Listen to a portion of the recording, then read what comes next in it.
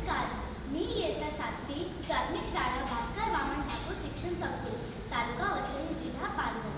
मी आज शाळेत नागरिकशास्त्र, लोकशाही व मतदान याविषयी थोडे शिकलो। त्यात सांगितले की प्रत्येक नागरिकांनी मतदान केले पाहिजे।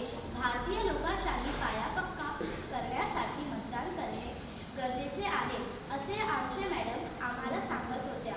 माझे वय कमी असल्याने मला मतदान करता येत नाही असेही त्यांनी सांगितले। काल रात्रीचे आमच्या वडगावात मतदानासाठी दोन गाड्या येऊन गेल्या। येत्या 20 तारखेला मतदान आहे असे मला कळले।